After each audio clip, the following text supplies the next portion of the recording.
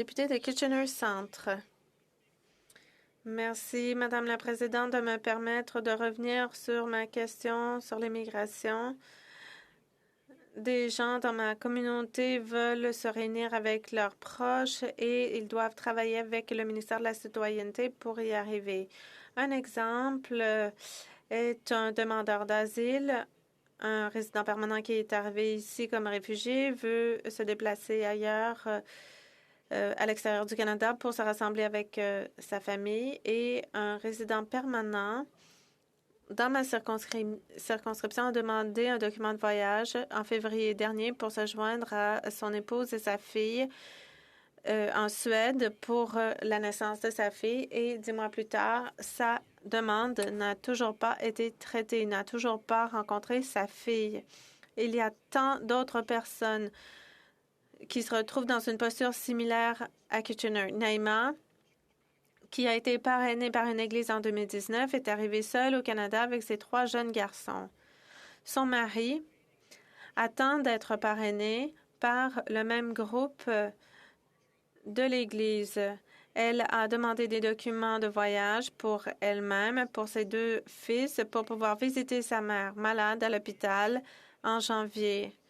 En février, on a signalé que le dossier était urgent. Naïma a reçu ses documents de voyage, mais les demandes de ses enfants n'étaient pas terminées, alors elle n'a pas pu faire sa visite. Naïma appelle aux 2 semaines au ministère pour demander des mises à jour. Va-t-elle pouvoir visiter sa mère qui est malade? Mon équipe fait des représentations pour ces 2 personnes, mais sans succès jusqu'à maintenant. Pour mon équipe et moi, ça semble injuste puisqu'il y a un 2 poids, 2 mesures au Canada. D'un côté, les gens comme moi, avec la citoyenneté, nous pouvons voyager. Moi, j'étais en Égypte il y a peu de temps pour les négociations climatiques. Mais pour ceux qui arrivent au Canada comme réfugiés, comme Atakti et Naïma, eh bien, eux n'ont pas les mêmes occasions, même dans des situations de vie ou de mort, et n'a pas d'échéancier ni reddition de compte. Et c'est la même chose pour d'autres demandes formulées par des voisins. Chez moi, Angeline est au Canada. Elle veut parrainer son mari Pouya pour qu'il puisse arriver au Canada. Ils attendent depuis 2019. Depuis que mon bureau a fait des demandes en leur nom, nous n'avons reçu aucune mise à jour. Leur dossier a été relégué au statut non habituel et donc les temps de traitement normaux ne s'appliquent pas.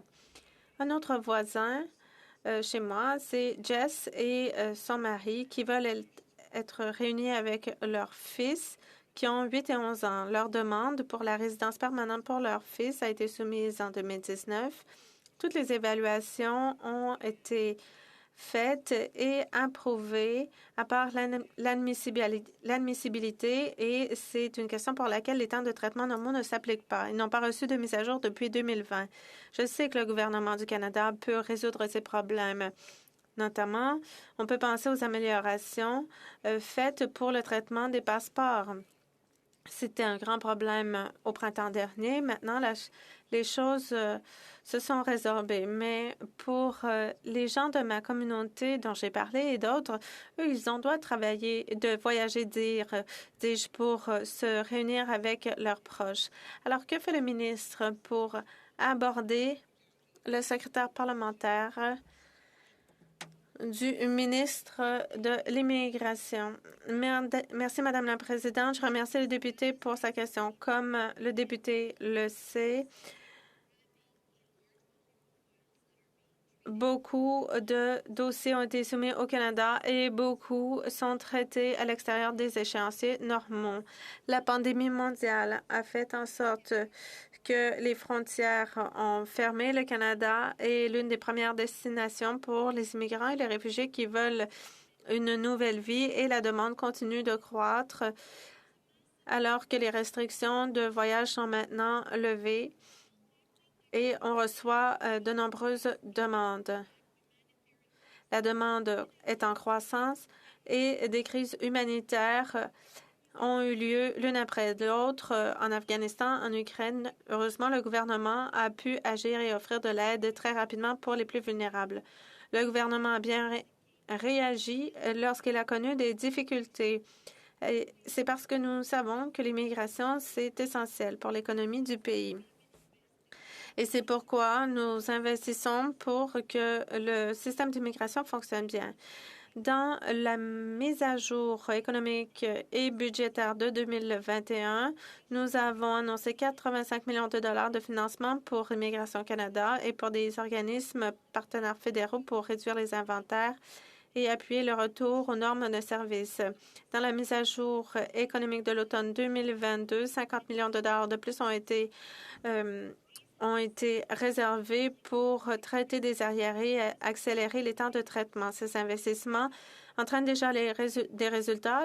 Au 31 octobre, le ministère avait embauché 1000 nouveaux employés et prévoit en embaucher 400 autres d'ici le 31 mars 2023. Plus de 850 de ces employés ont déjà reçu une formation et sont complètement fonctionnels. De plus, nous avons mis en place des solutions technologiques, nous avons simplifié des processus, nous avons amélioré les politiques, réexaminé notre tolérance aux risques et nous avons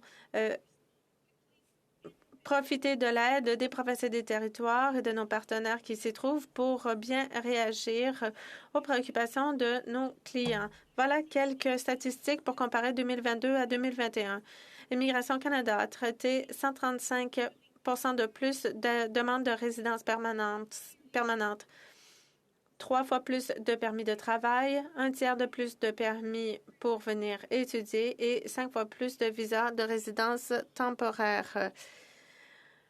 Nous avons pris des mesures concrètes pour réduire le nombre de demandes dans le système qui ont allongé l'inventaire.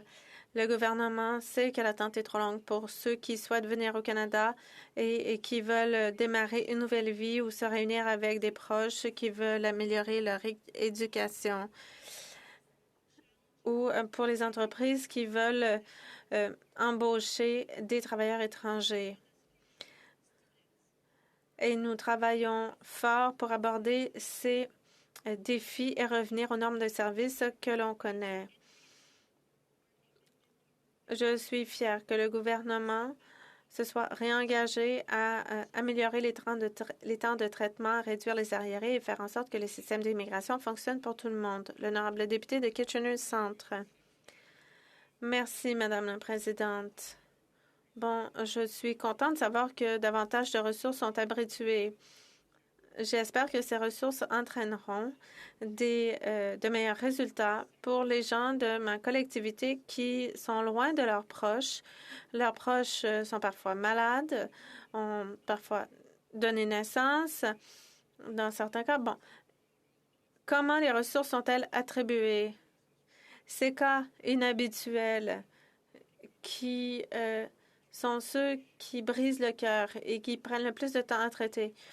Y a-t-il des ressources supplémentaires attribuées à ces cas non habituels? Et quel pourcentage constitue ces cas inhabituels? Qu'est-ce qu'on peut faire pour les régler pour que Naïma puisse visiter sa mère qui est malade? L'honorable secrétaire parlementaire. Le député sait que chaque cas est différent. Les agents d'immigration travaillent fort pour aborder les retards et maintenir la sécurité des Canadiens.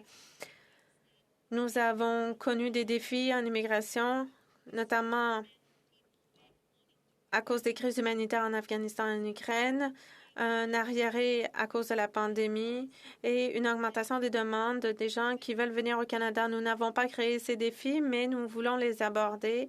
Notre plan fonctionne et nous adoptons de nouvelles technologies, entre autres, pour améliorer nos systèmes. Nous savons, Madame la Présidente, que trop de clients sont confrontés à des temps d'attente trop longs et nous serons engagés, déterminés, comme d'habitude, pour revenir aux normes de service. L'honorable député